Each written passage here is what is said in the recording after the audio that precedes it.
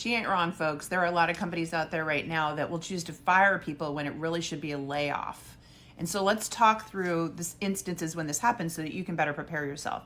So first of all, lots of companies out there right now are deciding to make significant cuts. They aren't making their numbers, they're not feeling financially secure, whatever reason.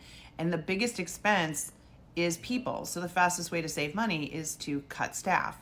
Now, most companies will be transparent about it and admit that it's a layoff. They didn't perform well. They've got to make changes. They're laying you off through no fault of your own. It stinks, but nobody's blaming you. However, there are companies out there that will say that it's a firing instead. And what they're saying, it's not our fault that you are suddenly underperforming and therefore we're going to fire you. Now that's very different. And how ironic was it that you're getting great performance reviews, everything's going fine, and then all of a sudden you're a performance issue? What normally happens is they've figured out that they can get somebody to do your job for a lot cheaper. This is a market. The market changes. If you follow me here, you know it's a job market and you've got to play the game. So now the rules of the game are changing because there's a whole bunch of people in the market that will do your job for a lot cheaper. But if they lay you off, if they say, hey, they come to you and say, we're going to lay you off in order to save money, there are laws around discrimination that you could go and fight. So some companies want to avoid any risk of this. So instead, they suddenly decide you're not performing and they document that and they build the paperwork to be able to prove that you're not performing, you're the problem, so they can fire you. This is how they avoid it. And when they fire you, they can replace you and they hire somebody for less money. You can never take your eye off the ball as long as you are working, folks, for as long as you want to work. If you're making a wage that you want to keep making, you have got to watch your market conditions.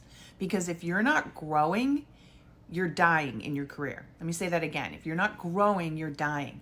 And way too many people get into kind of an autopilot situation where they're not really growing and evolving with the market.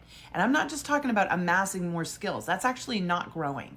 I'm talking about strategically understanding the direction your career needs to go in so you stay relevant, you stay in demand. You hear me talk about it all the time here. Your UVA, your unique value add. You can have all the skills, experience, courses in the world, but if you don't know how to package that up and market it correctly, you're not going to differentiate yourself in the market and stay competitive, right? So please be on the lookout for this, because the moment they suddenly realize they can have someone do your job for less money, you're going to become a performance issue. It's easier to fire you than it is to lay you off, okay?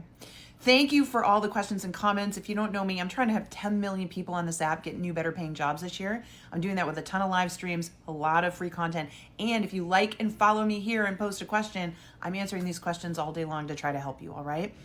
If you would also like to speed up your job search, will you come over and check out Work It Daily? That's my company. We have a free 7-day trial and we'd love to help you get a new, better job faster. But if you're looking to save money, tons of free resources. Just like and follow me here. A TikTok a day can help the job search go your way. Good luck. Go get them.